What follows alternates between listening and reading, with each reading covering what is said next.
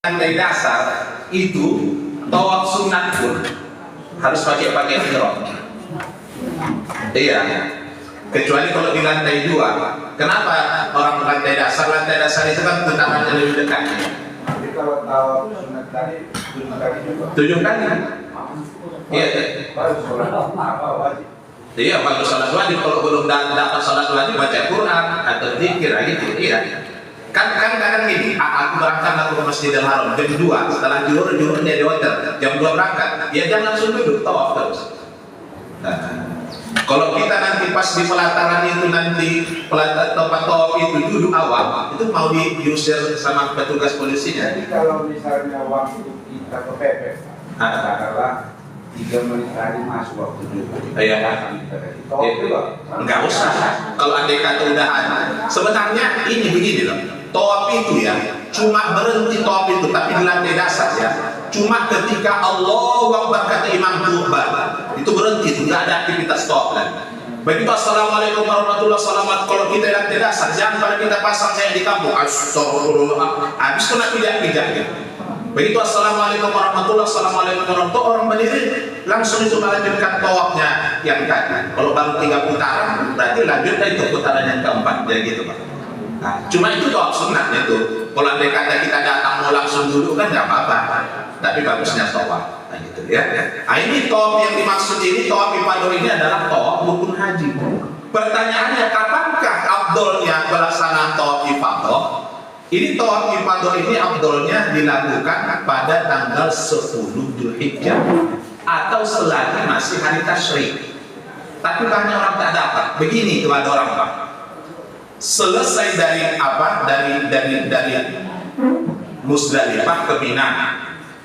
Itu kan di Mina berarti tanggal 10 Dzulhijjah. Yang kita lempar jumroh cuma berapa? 1. Jumroh apa?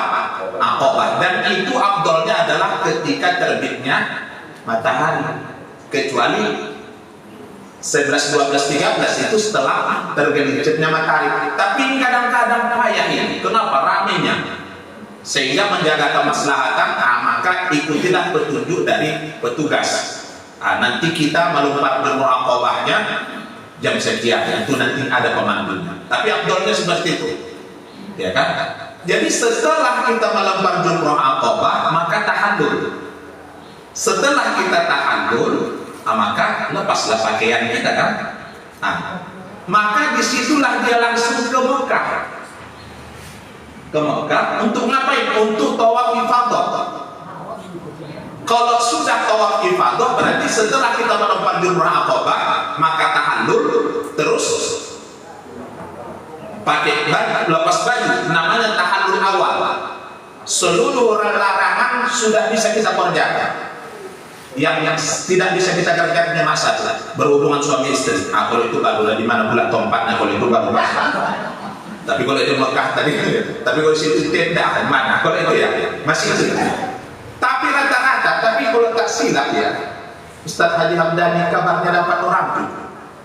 Habis dia jumroh Aqabah, tahallul, langsung berangkat. Kenapa? Dikhawatirkan Pak, habis kita tawaf nanti, tawaf sa'i, ya kan? Kalau dia langsung 10 Dzulhijjah itu tidak harus lagi tahallul sa'i, ya kan? Apa bisa dapat lagi nanti? Karena dia harus pulang lagi ke Mina. Dapat apa enggak itu? Khawatir kita, apakah dapatnya terbenam matahari pulang ke Mina? Sebab mabit itu kan gini loh Pak, harus dia lebih banyak dapatnya bermabit di Mina. Umpamanya kalau dalam malam itu 12 jam, dia harus bisa mabitnya itu 7 jam. Kalau 5 jamnya pula dapatnya bermalam di Mina, berarti kan nggak dapatnya lebih dari separuh malam itu lebih. Makanya itu yang dikhawatirkan. Cuman kalau ada kata ada kendala di jalan. Makanya kalau masa kami dulu itu melakukan tawaf ifadah itu adalah setelah pulang dari Mina. Tapi afdolnya kapan?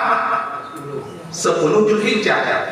Habis kita melempar jumroh Aqabah atau selagi masih pada hari tasyrik, berarti 11, 12, 13. Tapi kami dulu enggak. Setelah pulang dari Mina baru pulang ke Mekah, barulah ada yang mau langsung dia pulang supaya buka pantangan ya kan, langsung dia tawaf ifadah. Habis tawaf ifadah, sa'i, habis sa'i tahallul, namanya tahallul tsani. Tahallul awalnya adalah setelah melempar jumrah Aqabah.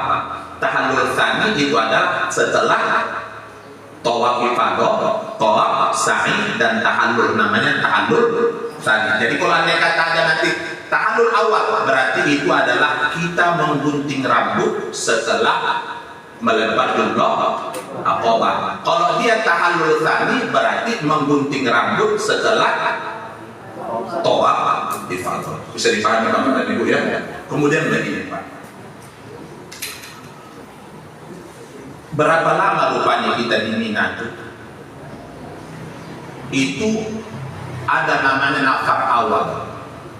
Kalau nafar awal itu berada di Mina sampai tanggal 12 Dzulhijjah, pulang ke Mekah.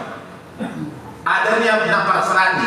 Kalau nafar tsani itu pulangnya dari Madinah tanggal 13 Dzulhijjah. Itu aja.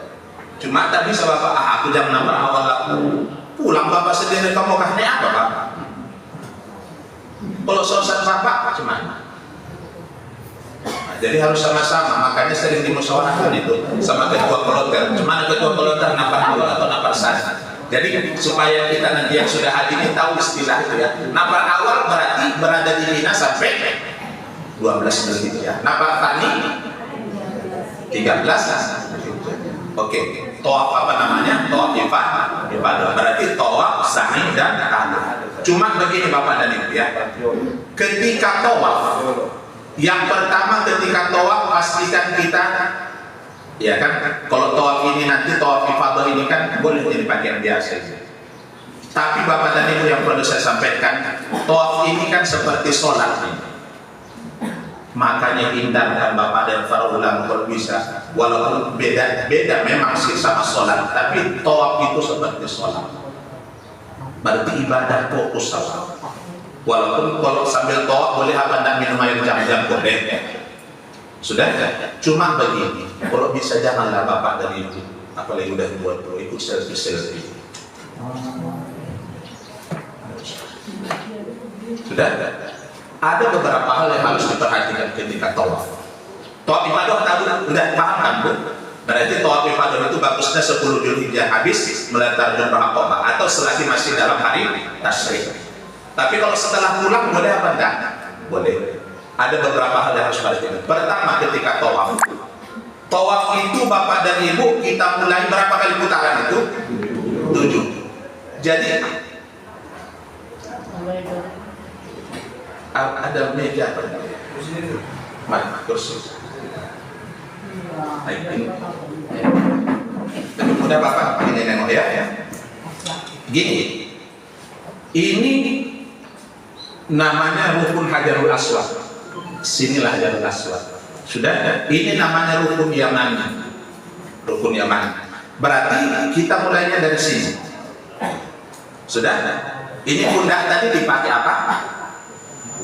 Buka ya, karena tidak mau tawaf. Afdolnya badan kita itu penuh menghadap ke sini. Ini tadi rukun Hajarul Aswad ya. Ini namanya rukun Yamani, pinggirnya ya. Ada rukun Iraqi begitu ya. Ini rukun Hajarul Aswad, berarti dari sini. Bagusnya seperti ini. Penuh dia. Cuma payah itu Pak. Oke. Jadi bagusnya gimana? Paling tidak separuh. Cuma wajah kita aja. Kita angkat tangan seraya membaca Bismillahirrahmanirrahim. Kecil. Sudah? Apa yang dibaca? Ketika tawaf yang perlu dibaca cuma 2. Ketika kita selesai dari rukun Yamani, walaupun setiap putaran ada bacaan itu kan Bu, nanti saya kasih.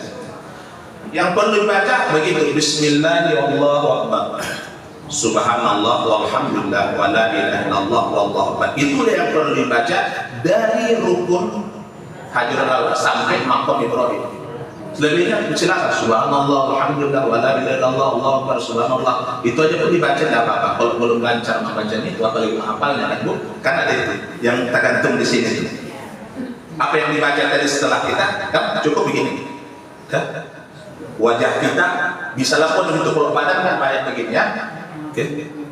Bismillahirrahmanirrahim. Allahu akbar. Dah, subhanallah, walhamdulillah, wa la ilaha illallah, wallahu akbar, itu baca. Sudah? Begitu sampai di rukun yamani. Mana tadi rukun yamani? Ini pinggirnya ini. Berarti ini rukun yamani, ini rukun hajarul aswad. Dokat-dokat. Begitu sampai rukun yamani juga disunatkan untuk melambaikan. Lambaikan, tapi jangan dikecup. Lambaikan apa yang dibaca? Cuma itu, Rabbana atina fid dunya hasanah wa fil akhirati hasanah wa qina adzabannar. Kalau misalnya wa dakhil jannata ma'al abrar, ya aziz ya ghaffar ya rabbal alamin. Yang penting itu aja. Jadi yang penting dari rukun hajarul aswad, subhanallah walhamdulillah wa la ilaha illallah, itu aja dibaca. Kemudian begitu masuk di rukun yamani cukup berdoa Rabbana atina fid dunya hasanah wa fil akhirati hasanah wa qina adzabannar wa adkhilnal jannata ma'al abrar ya aziz ya ghaffar ya rabbal alamin. Rabbana atina tadi dibaca mulai dari mana? Rukun yamani. Waktu sampai di rukun yamani juga dilambaikan tapi jangan dikecup. Yang dikecup dari rukun hajarul aswad. Begitu sampai lagi pasti satu putaran kan? Bismillahirrahmanirrahim. Subhanallah walhamdulillah wa la ilaha illallah wallahu akbar. Terus itu aja baca. Pas masuk rukun yamani. Rabbana atina fid dunya hasanah wa fil akhirati hasanah wa qina adzabannar. Gitu aja. Jadi subhanallah walhamdulillah wa la ilaha illallah wallahu akbar itu kita baca setelah kita melambaikan tangan dan mengecup dari rukun hajarul aswad. Begitu sampai rukun yamani, lambaikan tangan gini aja sambil nengok. Baca apa? Rabbana atina fid dunya hasanah. Sampai mana kita baca? Sampai rukun hajarul aswad. Begitu sampai rukun hajarul aswad, kembali tolehkan muka, angkat tangan. Sudah? Kemudian ustaz kalau bingung ustaz, amat lupa. Sedangkan sholat 4 rakaat bisa itu lupa. 4-3-4-3. Kan begitu ya kan? Maka pilih yang sedikit. Pilih yang sedikit. Oke? Kemudian ada beberapa hal yang harus diperhatikan ketika tawaf. Yang pertama, jangan sentuh itu Ka'bah. Ustaz, kenapa tak boleh menyentuh Ka'bah Ustaz? Bapak Deni, kalau sempat Bapak Deni pakai ihram, apa tadi yang dilarang pakai ihram? Memakai wangi-wangian. Itu kiswah wangi.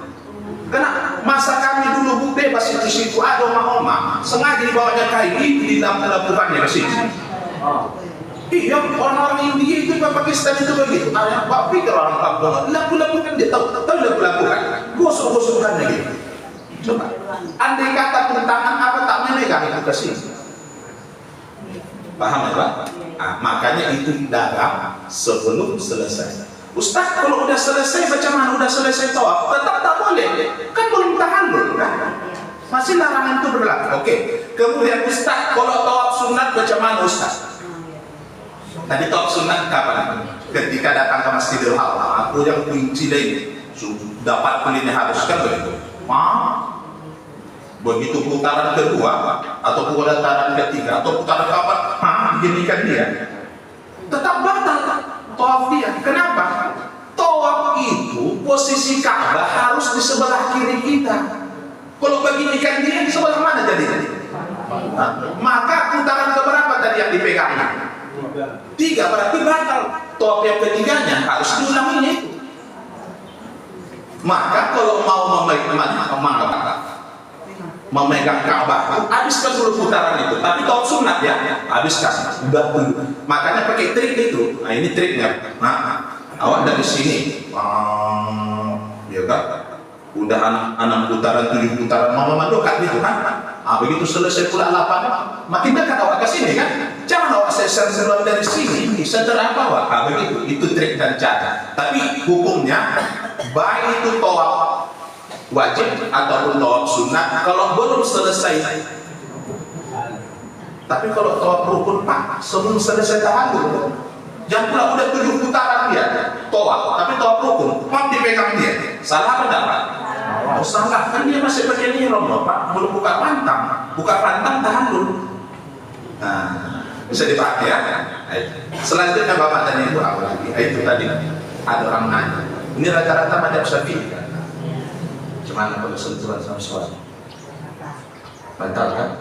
Tahu itu ngambil wudhunya mana? Jauhkan dulu sana. Betul. bagaimana? Ini di dalam panduan ini udah dikasih sama bapak dari Depol. Sebenarnya di dalam panduan ini itu katanya nggak apa-apa suami istri batal kan? Ada nabi yang mulai itu kan tetap batal suami istri dalam mazhab Syafi'i. Cuma karena namanya mudur syar'i, darurat syar'i, dapatan tersebut batal. Cuma memang ada ustaz saya tengok tapi itu lebih aman. Kita ini kalau berwudu nyapu kepala ini kan kalau mazhab Syafi'i 3 helai kan udah sah kan. Tapi mazhab Syafi'i bersentuh laki-laki yang bukan mahram batal. Jadi ada yang mengatakan supaya lebih aman, tapi ini tidak pada saya sampaikan kepada halayak umum. Tapi kalau manasik seperti itu saya sampaikan. Kalau bisa bapak dan ibu, kalau berwuduknya waktu membasuh kepala habiskan aja sudah. Habiskan, ya kan? Karena mazhab yang tidak membatalkan bersentuh laki-laki dan perempuan yang bukan mahramnya itu adalah menyapu kepalanya itu seluruhnya, wa masuk jami'i roksi, nyapu seluruh. Kalau di fikih kita kan wa masuk ba'd roksi, separuh itu 3 helai besar. Nah, jadi kalau bapak berwudu nanti pas pakai ihram gitu aja, ya kan, atau berangkat ke apa kan itu. Cuma kalau di dalam panduan ini itu Pak bilang, kalau ketika berada di sana di Mekah sana, ya udah nggak apa-apa, namanya darurat syar'i. Artinya walaupun selamanya udah pulang ke tanah air nanti barulah berlaku lagi seperti itu. Bisa dipahami ya? Tapi kalau saya posisi amannya itu aja. Kalau nyapu kepalanya gimana? Satu aja seluruhnya. Kan ambil air satu. Kan kalau kepala itu kan menyapunya bukan membasuh. Kan artinya jangan diambil air begini kan. Bekas air itu disatukan. Nah gitu ya. Supaya nanti sesuai dia. Artinya berwudu dan cara membatalkannya sesuai dengan mazhab yang sama. Ini awak cara perempuan. Ayah ibu, kan artinya lebih dari separuh itu kita masuk, kita satu. Perempuan. Iya. Kalau laki-laki kan panjang itu kan panjang juga kan. Kan begitu maksudnya itu kan? Iya. Gitulah solusinya. Tapi kalau seandainya pun tetap kita berwudu seperti biasa mazhab Syafi'i, tidak apa-apa. Di dalam buku panduan itu begitu memang disampaikan. Apakah batal bersentuh laki-laki dan perempuan? Tidak, karena dia darurat syar'i. Tapi kalau saya rekomendasikan, kalau bisa cara berwudunya itu tadi. Apalagi kita bagi laki-laki kan lebih mudah. Nah begini aja kan. Tidak ini kalau masa itu kalau mau cara darurat syar'i. Memang itulah kalimatnya. Iya, darurat syar'i. Jadi artinya cara berwudu dan cara membatalkannya sesuai dengan mazhab yang sama. Bisa dipahami ya Pak, Bapak dan Ibu ya. Yang selanjutnya yang selanjutnya tawaf itu sa'i. Sa'i tadi apa? Lari-lari ke jalan antara Safa dan Marwah. Sebenarnya kan setelah tawaf yang bagus ya, setelah tawaf lalu kita sholat sunat ya di belakang Maqam Ibrahim, tapi padat itu, cari adik belakang. Habis itu kita minum air jam-jam, ya, ambil tenaga, baru sa'i. Kita mulai dari bukit Safa. Sebenarnya kalau bagusnya naik awal, kalau naik sedikit lalu menghadap ke Ka'bah lalu berdoa, ya kan? Udah, mulailah. Ada bacaannya ada. Cuma ada pilar hijau, dua pilar hijau itu bagi laki-laki, itu bagi laki-laki. Allah Akbar begitu aja. Oke. Yang terakhir adalah tahallul. Tahallul itu apa? Kalau bahasa mencukur itu, tahallul itu menghalalkan. Setiap yang bagusnya, ya. Perhatikan. Kalau bisa ibu yang mencukur, yang mahram awal. Saya tengok lah Pak. Jadi kalau